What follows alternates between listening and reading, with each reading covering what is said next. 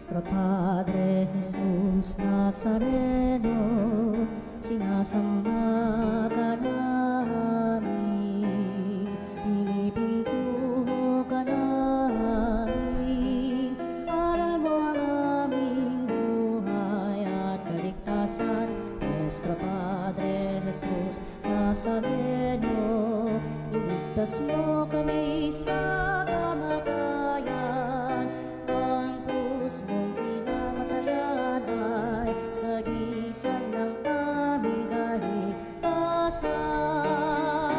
Nuestro Padre Jesus Nazareno, dinarangal ka namin.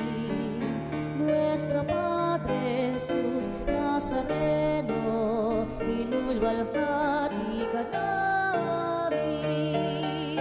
Nuestro Padre Jesus Nazareno, inarangal ka namin. Nuestro Padre Jesus Nazareno, inulwalhati ka namin.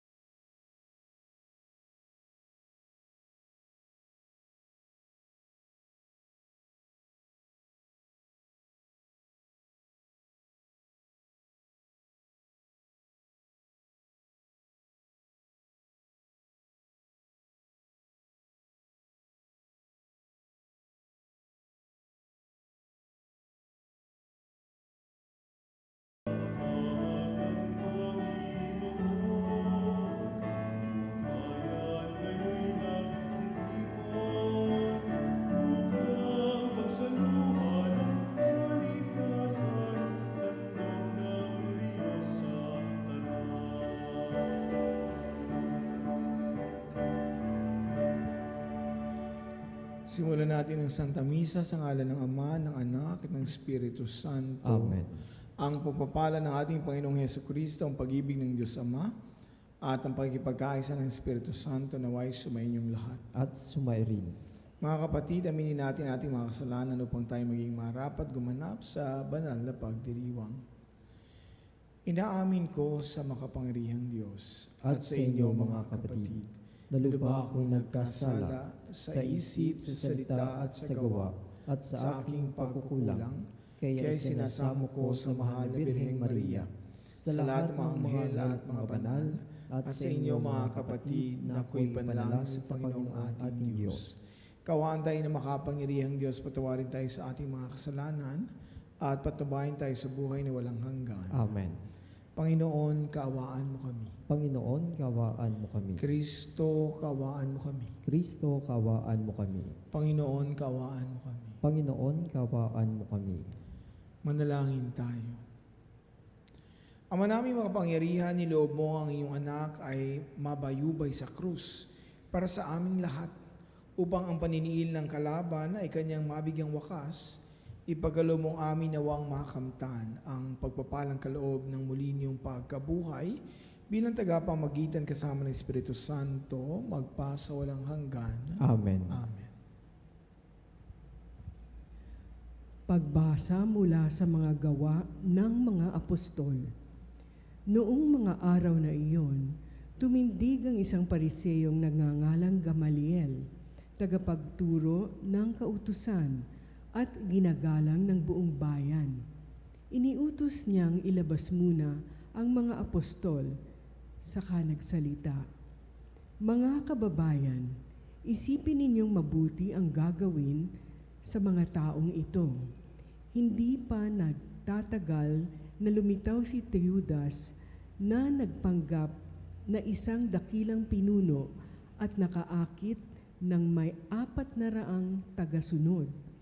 Ngunit, nang mapatay siya, nagkawatak-watak ang mga tauhan niya at nauwi sa wala ang kilusan. Pagkatapos, lumitaw naman si Judas na taga-Galilea. Noong panahon ng pagpapatala at nakaakit din ng maraming tauhan. Nang mapatay siya, nagkawatak-watak din ang mga tagasunod niya. Kaya't sinabi ko, sa inyo, huwag ninyong pakialaman ang mga taong ito. Hayaan ninyo sila. Kung ang kanilang panukala o pagpupunyaging ito'y mula sa tao, ito'y mabibigo. Ngunit kung mula sa Diyos, hindi ninyo ito masasansala at lilitaw pang lumaban kayo sa Diyos. Napahinuhod sila sa payo ni Gamaliel. Pinapasok na muli ang mga apostol at pagkatapos ipapalo at pagbawalang mangaral sa pangalan ni Jesus, sila'y pinalaya. Galak na umalis ang mga apostol sa harap ng Sanhedrin sapagkat minarapat ng Diyos na sila'y malagay sa kahihiyan, alang-alang sa pangalan ni Jesus. At araw-araw, nagpunta sila sa templo at sa tahanan at doon nagtuturo at nangaral tungkol kay Jesus, ang Kristo. Ang salita ng Diyos. Salamat sa Diyos. Ang tanging aking mithi, Panginooy makapiling. Ang tanging aking mithi, Panginooy makapiling. Tanglaw ko'y ang Panginoon, aking kaligtasan. Walang takot, kaya walang takot ako kanino man.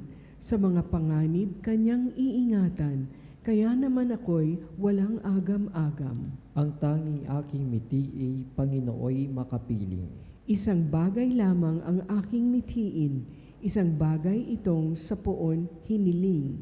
Ang ako'y lumagi sa banal na templo, apang kagandahan niya'y mamasdan ko, at yaong patnubay niya ay mata mo. Ang tanging aking mithi, Panginooy makapiling. Ako'y nananalig na bago mamatay, masasaksihan ko ang iyong kabutihan na igagawad mo sa mga hinirang. Sa Panginoong Diyos tayo'y magtiwala, ating patatagin ang paniniwala. Tayo ay umasa sa kanyang kalinga. Ang tanging aking mithi, Panginooy makapiling.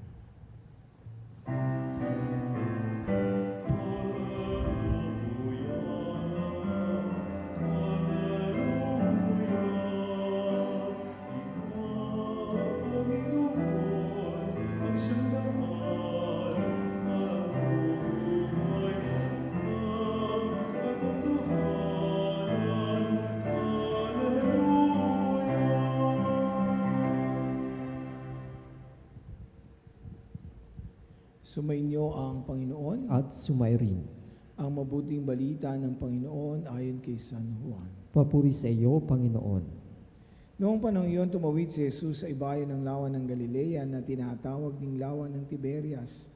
Sinundan siya ng napakaraming tao sapagkat nakita nila ang mga kababalaghang ginawa niya sa pagpapagaling sa mga may sakit. Umahon si Jesus sa burol kasama ang kanyang mga alagad at naupo roon. Malapit na noon ang pista ng Pasko ng mga Hudyo.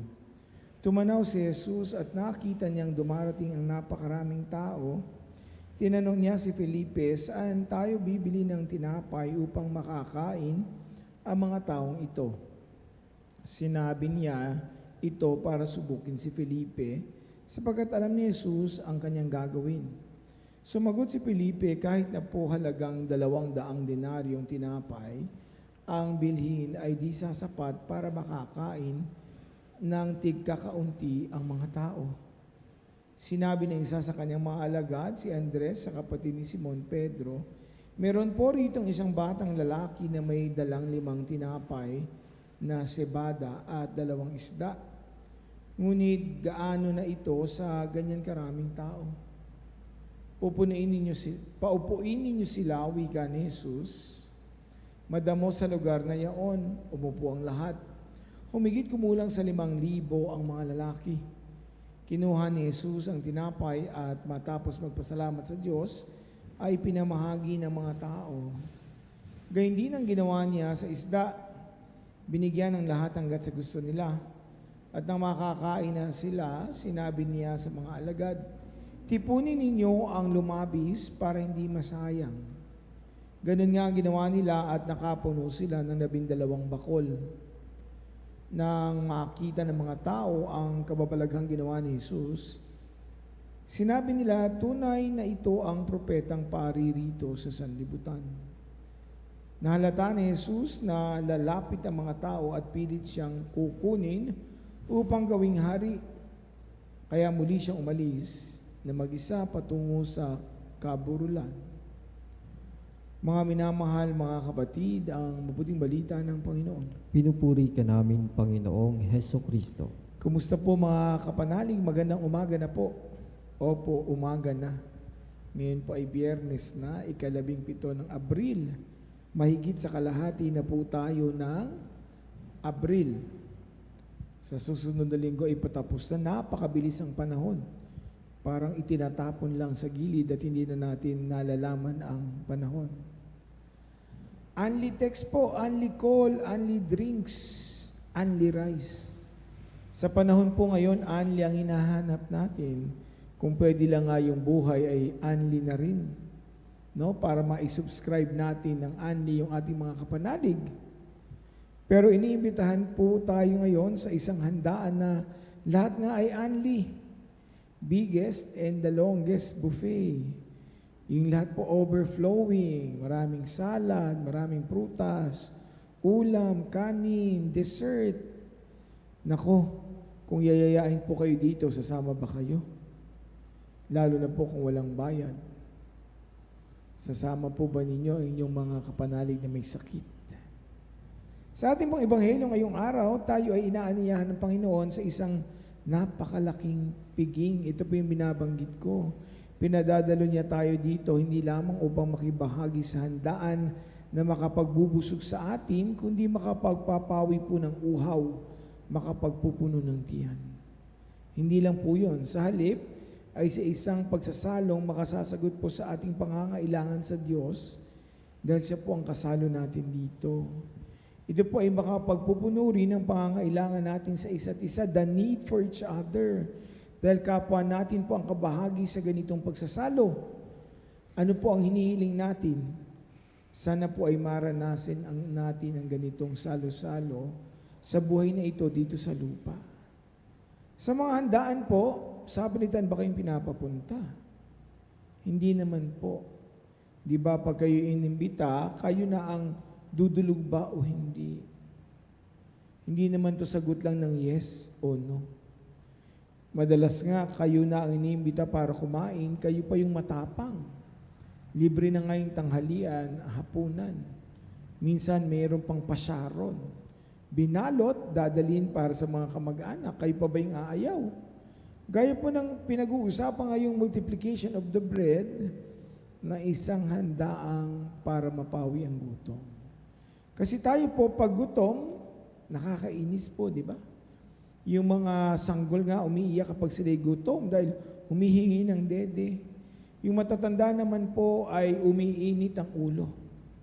Lalo na po yung mga nagtatrabaho ng mabibigat. Ako nga po, nung nagtatrabaho noon ako sa TV, bago pumatang 12:00, sasabihin na nung aking mga kasama sa live or kasama dun sa aming shoot, direct, break muna tayo for lunch kasi mamaya mainit na po yung ulo ninyo.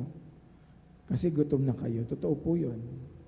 Isa lang po ako. Paano kung ang haharapin ng tao na magpapakain ay kagaya ng mga apostol ay 5,000? Di po ba? Ang binilang lang doon ay kalalakihan.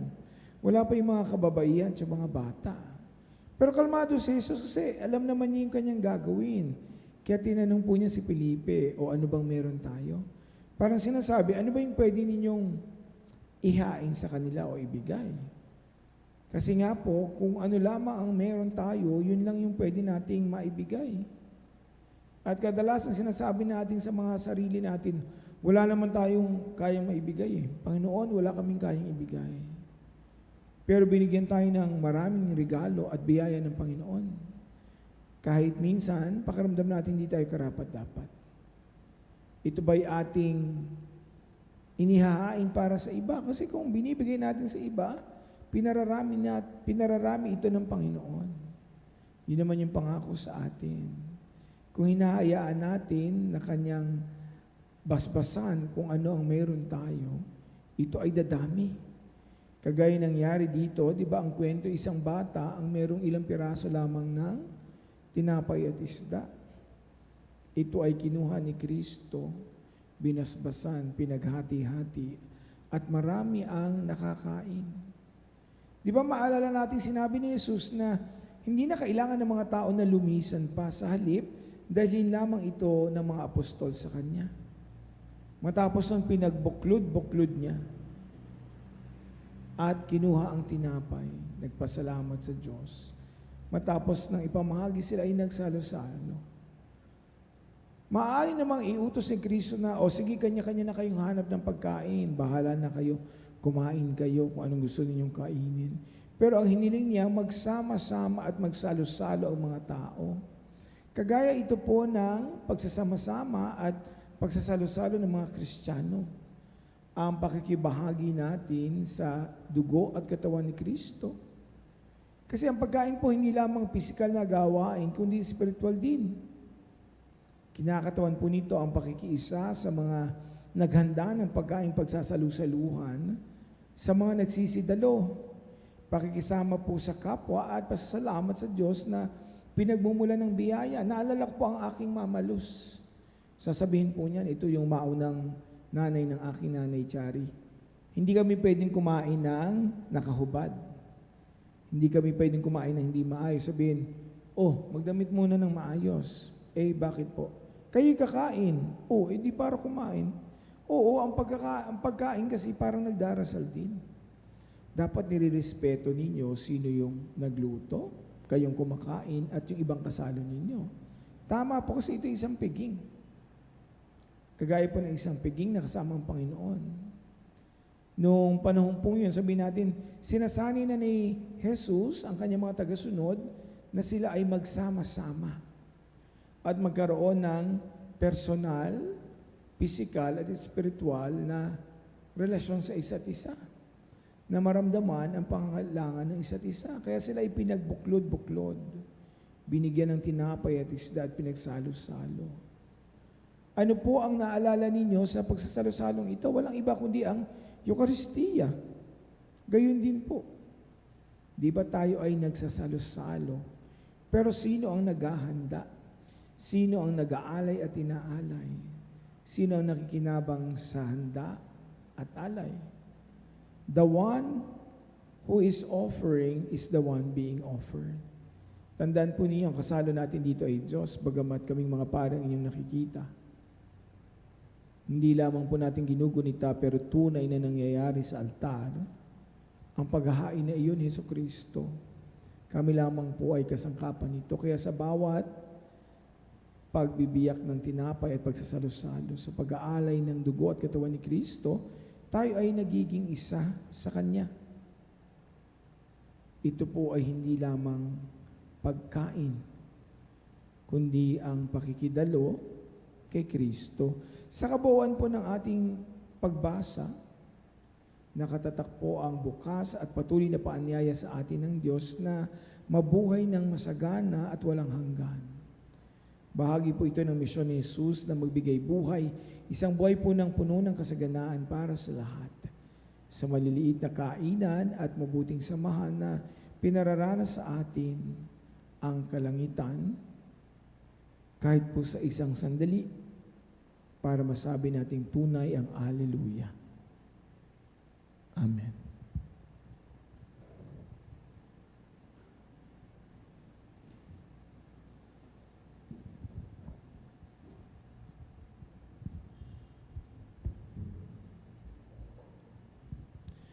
Sa himala ng pagpapakain ng 5,000 tao, ipinakikita sa atin ng ating Panginoon na ibibigay ng Ama ang lahat ng ating mga pangangailangan.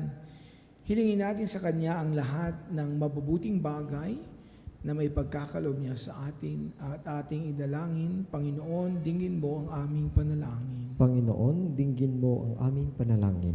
Ang mga pinuno ng simbahan naway magpakita ng katulad ng pagkahabag na ipinamalas ni Jesus upang pakanin ang mga taong nagugutom.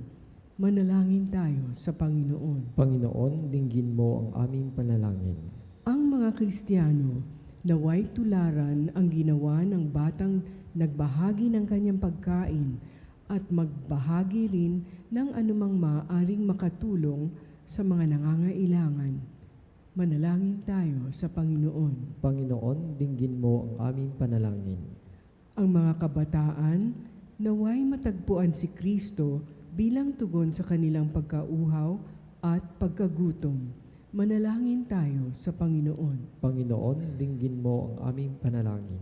Ang mga may sakit naway makatanggap ng tulong para sa kanilang katawan at kaluluwa mula sa mga nangangalaga sa kanila. Manalangin tayo sa Panginoon. Panginoon, dinggin mo ang aming panalangin. Ang mga yumaong mahal natin sa buhay naway makasalo sa walang hanggang piging sa kaharian ng Diyos. Manalangin tayo sa Panginoon. Panginoon, dinggin mo ang aming panalangin. Sa ilang sandali ng katahimikan, ipanalangin natin ang kagalingan at natatanging kahilingan ng ating mga Eucharistic advocates.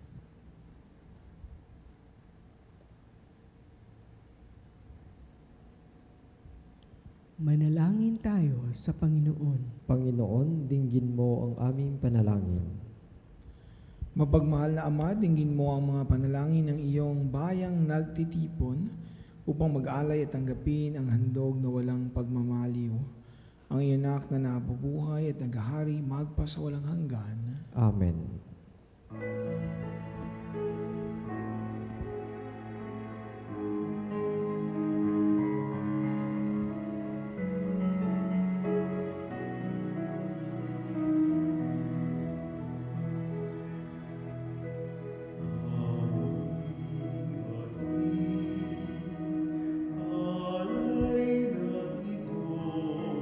Pagpili kay Sinod, kaya sa lapitan sa panalangin ng Lord, mula sa lupa ang buwan ng ating magawa.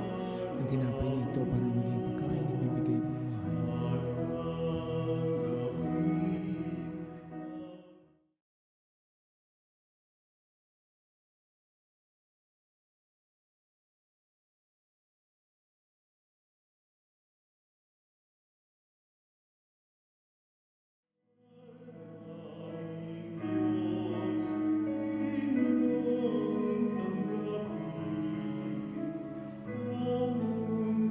Pagpili kay Sinod, kaya sa lapitan sa panalangin ng Lord, mula sa katas ng oras, mga paggawa. Ang lahat ay para maging ng Diyos.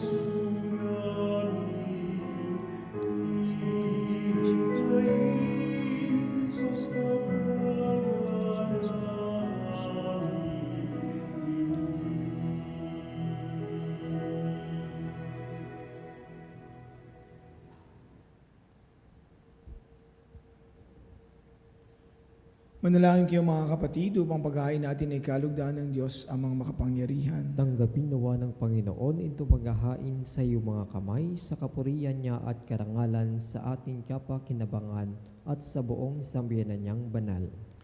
Ama namin lumikha, tanggapin mo at kalugdan ang mga alay ng iyong angkan upang sa tulong ng iyong paglingap at pagsubaybay, ang bigay mo sa aming puhunan ay hindi masayang, kundi tumubo pa ng mga kaloob mong walang katapusan. Sa pamamagitan ni Jesucristo kasama ng Espiritu Santo, magpasa walang hanggan. Amen. Sumainyo ang Panginoon. At sumairin, Itaas sa Diyos ang inyong puso at diwa. itinas na namin sa Panginoon. Pasalamatan natin ang Panginoong ating Diyos. Marapat na siya ay pasalamatan. Ama naming makapangyarihan, tunay ngang marapat na kay aming pasalamatan, ngayong pinagdiriwang ang paghahain ng Mesiyas, ang maamong tupa na tumutubos sa aming lahat, ang paghahain ng sariling buhay at ang pagkabuhay ng anak mong mahal.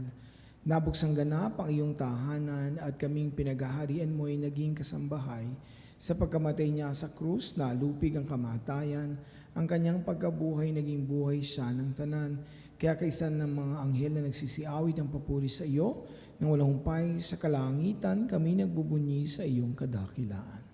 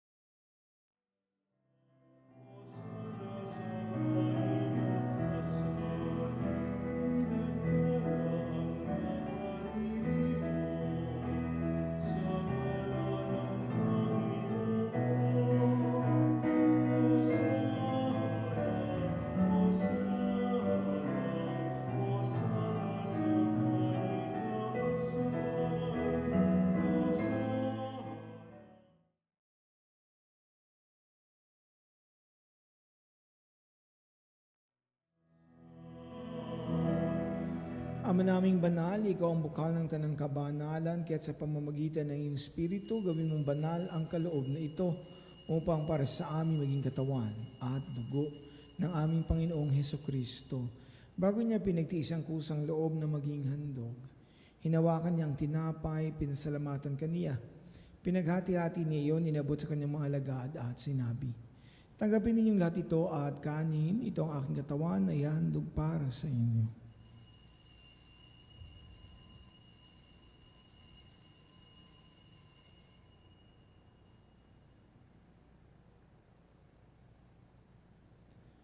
Gayun din naman nang matapos ang hapunan, hinawakan niya ang kalis, muli kanyang pinasalamatan, inabot niya sa kanyang mga alagad at sinabi, "Tanggapin niyong lahat ito at inumin, ito ang kalis ng aking dugo ng bago at walang hanggang tipan.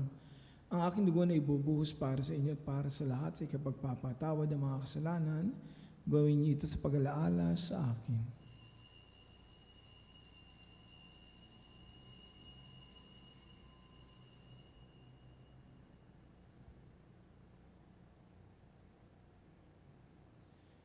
Ipagbunyi natin ang misteryo ng pananampalataya.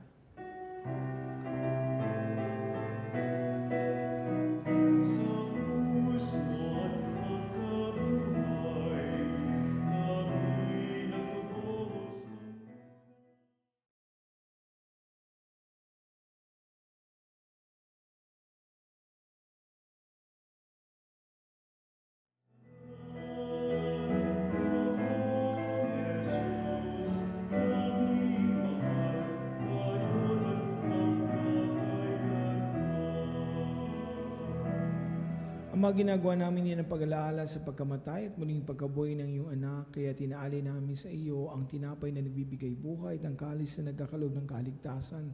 Kami nagpapasalamat dahil kami iyong minarapat na tumayo sa harap mo para maglingkod sa iyo. Sinasamo namin kami magsasalo-salo sa katawan at dugo ni Kristo ay mabuklod sa pagkakaisa sa pamamagitan ng Espiritu Santo. Amalingapin mo yung simbahang laganap sa buong daigdig, puspusin mo kami sa pag-ibig, kaysa ni Leon na aming Papa at ni Elias na aming Obispo, lahat ng mga relihiyoso, misyonero at ng Tanang Kaparian. Alalahanin mo rin ang mga kapatid naming nahimlay na may sila'y muling mabuhay, gayon din ang lahat ng mga pumanaw. Kawaan mo sila at patuloyin sa iyong kaliwanagan. Kawaan mo pagindapating kami lahat na makasalo sa iyong buhay na walang wakas. Kaysa na mahal na Birheng Maria, Ina ng Diyos, si San Jose ang banal na esposo, kaysa ng mga apostol, si San Pablo, lahat ng mga banal na namuhay dito sa daigdig, si San Lorenzo Ruiz, si San Carlo Acutis, si San Pedro Calunsod na nabuhay sa daigdig ng kadugulugod sa iyo, may pagdiwang nawa namin ang pagpupuri sa ikararangal mo sa pamamagitan ng iyong anak na aming Panginoong Heso Kristo. Sa pamamagitan ni Kristo, kasama niya at sa Kanya, ang lahat ng parangal at papuri ay sa iyo. Diyos amang makapangyarihan, kasama ng Espiritu Santo, magpa sa walang hanggan.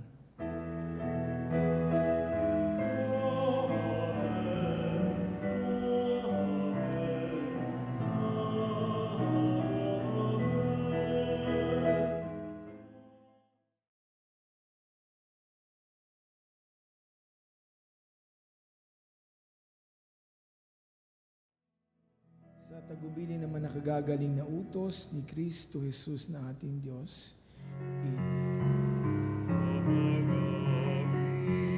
Sumasalangit ka, sambahin ang ngalan mo.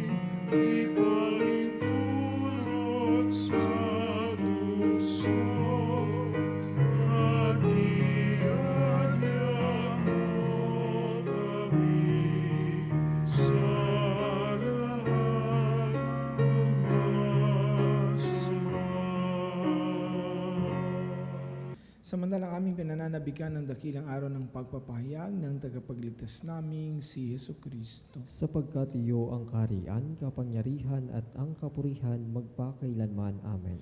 Panginoong Hesu Kristo, sinabi mo sa iyong mga apostol, kapayapaan ang iniwan ko sa inyo, ang aking kapayapaan ay binibigay ko sa inyo.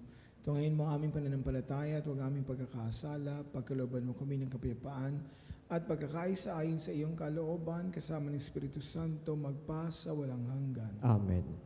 Ang kapayapaan ng Panginoon ay laging sumainyo. At sumairin. Magbigayan kayo ng kapayapaan sa isa't isa. Kapayapaan po sa bawat isa.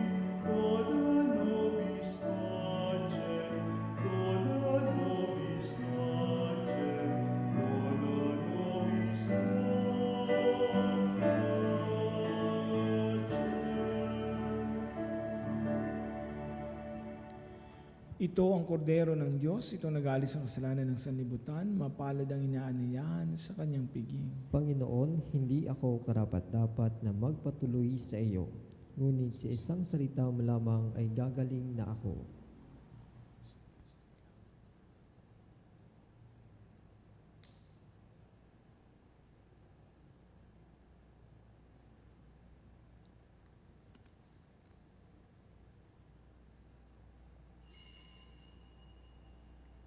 Mga kapanalig, ating dasalin ang komunyong espiritual. O Jesus, nananalig ako sa pananahan mo sa kabanal-banalang sakramento. Minamahal kita higit sa lahat at hangad ka ng aking kaluluwa. Hindi ko man matatanggap ngayon ang iyong katawan at dugo, inaasahan ko na patuloy kang mamumuhay sa aking puso. Naniniwala ako na narito ka at kaisa ka ng aking buong pagkatao. Huwag mong ipahintulot na mawalay ako sa iyo. Amen. Panalangin sa karangalan ng Nuestro Padre Jesus Nazareno. O Jesus Nazareno, katamis-tamisan naming manunubos, sa harap mo ngayon naririto kami't nangangayupapa at nagsisisi ng taos-puso sa aming pagiging walang turing sa iyo at paglimot sa di mabilang na mga biyaya mo, lalong-lalo na yaong mahalagang biyaya ng pagtutubos. Dinaramdam namin at pinagsisisihang labis, Panginoon ko, ang pagkakasala namin sa iyo. Ikinalulungkot namin ang pagiging dahilan ng pagpapasan mo ng krus na iyan sa gitna ng mga hirap at kapaitan, hanggang sa inihandog mo ang iyong buhay sa bundok ng Kalbaryo, sa pagkaibig mo lamang na matubos kami at ang sangkatauhan mula sa sala. Pakabanalin mo, O Panginoon, ang aming pagnanais at ipagtanggap mo sa amin ang iyong biyaya. Maging tagapamagitan nawa ang iyong ina, ang kalinis-linisang Birheng Maria.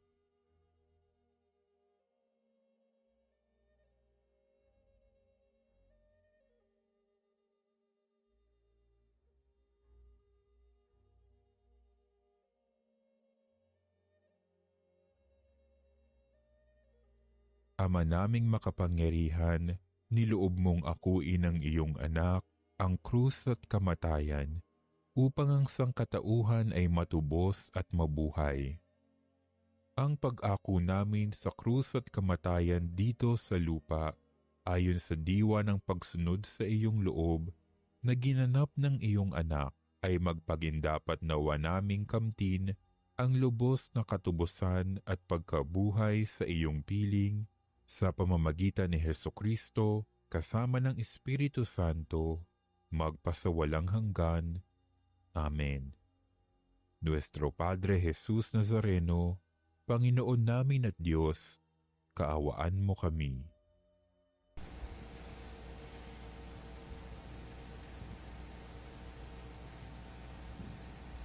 Manalangin tayo.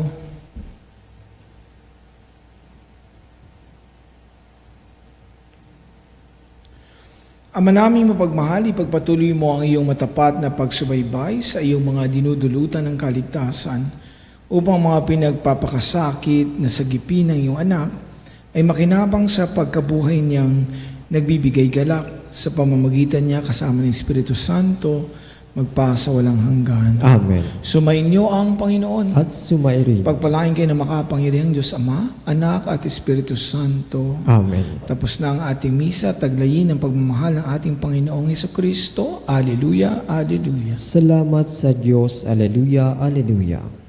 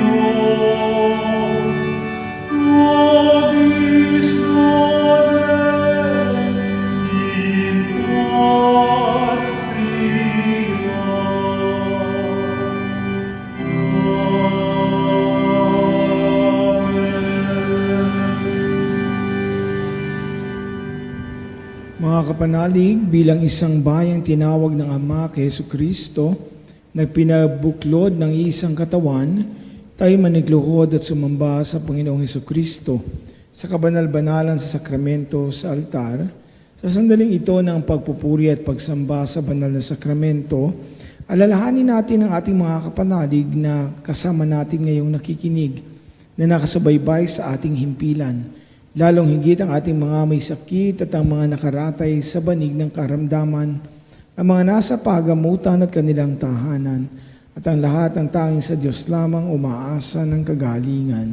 Gayun din ipanalangin natin ang ating mga nanghihina sa kanilang pananampalataya, ang mga nakararanas ng matinding kalungkutan, takot at pangamba, ang mga nawawalan ng pag-asa at takas ng loob. O Diyos, halina at kami tulungan. O Panginoon, magmadali ka sa iyong pagdamay. Papuri sa Ama at sa Anak at Espiritu Santo. Kapara ng una ngayon at magpasa walang hanggan. Amen. Purihin ang makapangyarihang Ama na nagsugo sa kanyang bugtong na anak upang tayo maipagkasundo sa Kanya. Pinupuri ka namin ngayon at kailanman. Purihin ang Panginoong Hesukristo, ang Kordero ng Diyos, na nag-aalay ng kanyang katawan at dugo bilang pagtubos sa sala ng tanan. Pinupuri ka namin ngayon at kailanman. Purihin ang banal na Espiritu, ang Panginoong nagpapabanal na pumupuspos at nagbibigay ng kagalingan sa lahat. Pinupuri ka namin ngayon at kailanman.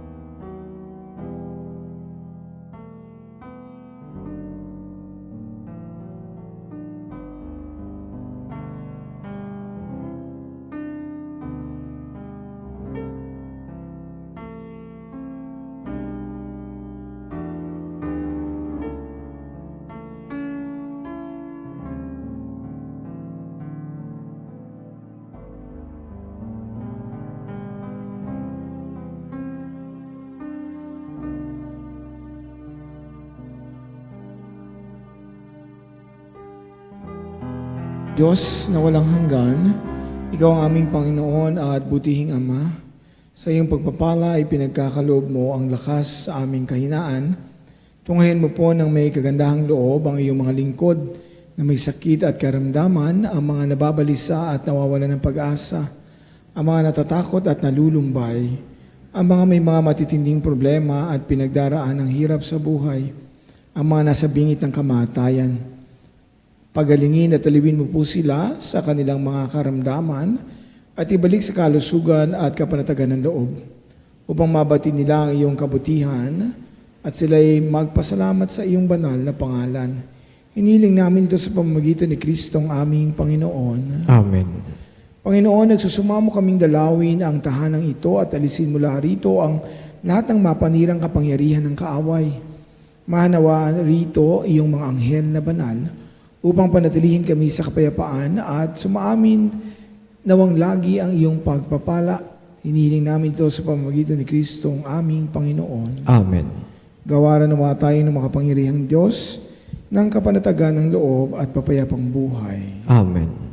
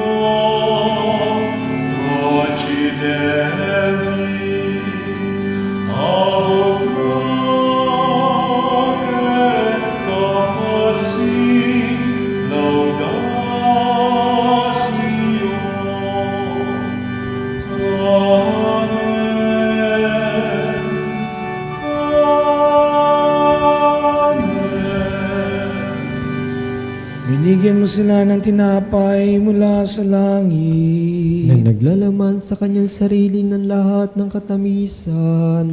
Manalangin tayo.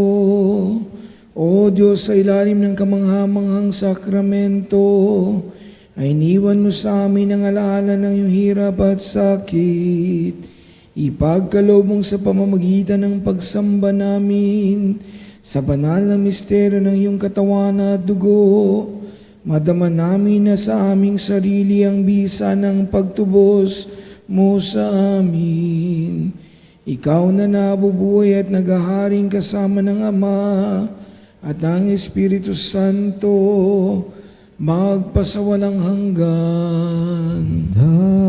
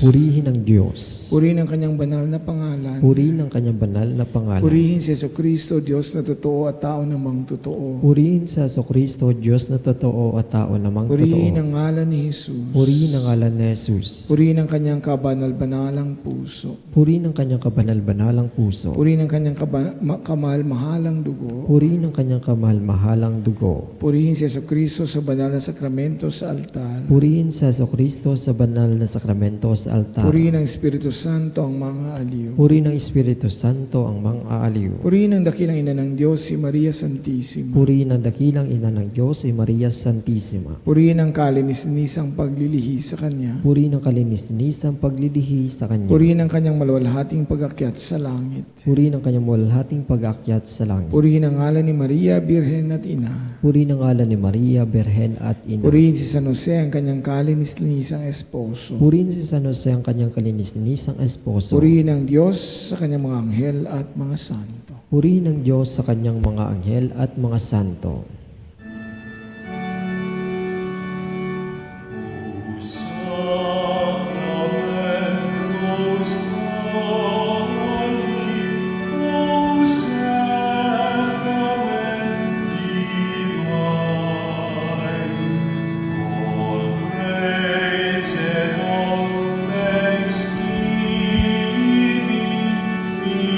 Every moment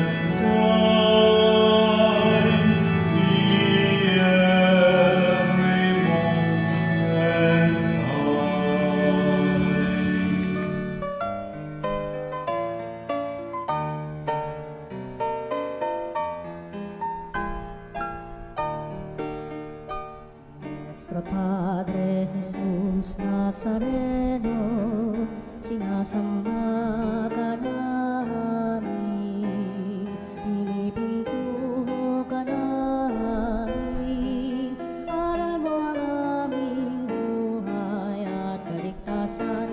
Nuestro Padre Jesus Nazareno, iligtas mo kami sa kamatayan. Ang krus mong pinamatayan ay sagisag ng aming kaligtasan. Nuestro Padre Jesus Nazareno, dinarangal ka namin. Nuestro Padre Jesus Nazareno, inulwalhati ka namin. Nuestro Padre Jesus